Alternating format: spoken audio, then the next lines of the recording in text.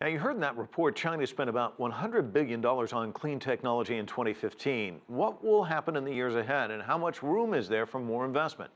I talked about that and much more with Han Chen. She's an international climate advocate at the Natural Resources Defense Council.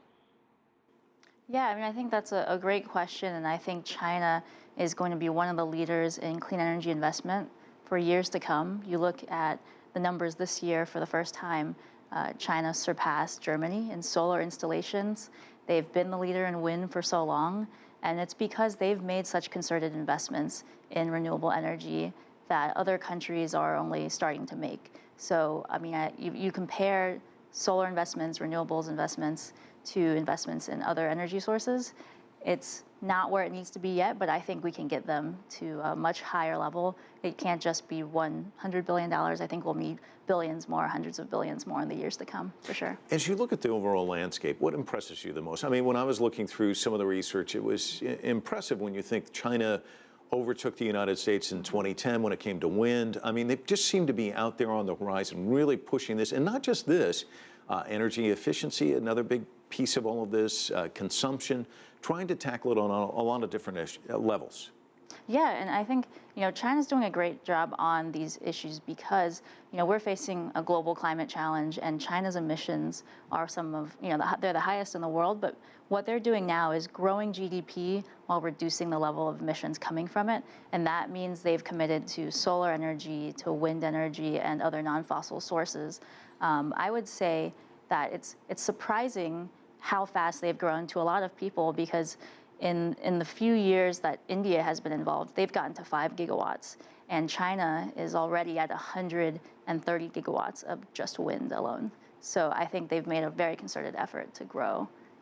It's one thing to have buy-in by a government. The people's another thing altogether. When you think of the United States, you do see folks with solar panels on their roofs here and there, not everywhere. Right. What about the people of China? Are they buying into it? Do you see a market change there?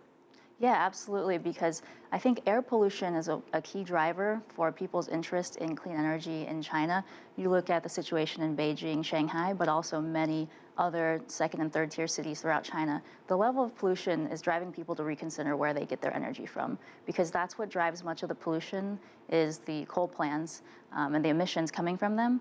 But as you transition away to clean energy sources, to wind and solar, you'll see much better quality of air and of health, because just in 2013 alone, a report came out last year that said 1.6 million deaths in China were prematurely caused by air pollution and respiratory illnesses related to that. So I think that's what really drives the focus on clean energy in China, is the idea that if you shift to cleaner sources, you're not only improving the economics for future growth, you're also improving air quality and the quality of the health of your citizens.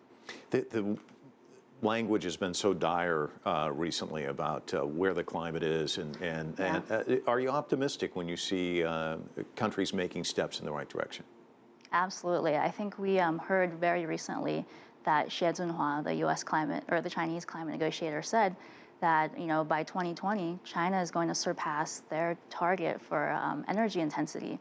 And if they're surpassing their commitment for the 2020 goal, I doubt that they'll do less than that for the 2030 goal. And with China and the U.S. making strong climate commitments, we are going to see a real improvement in the efforts of most countries.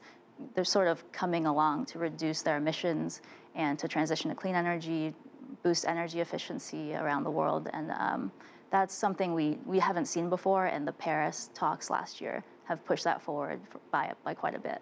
Han Chen, thanks so much for your time. Yeah, thank you.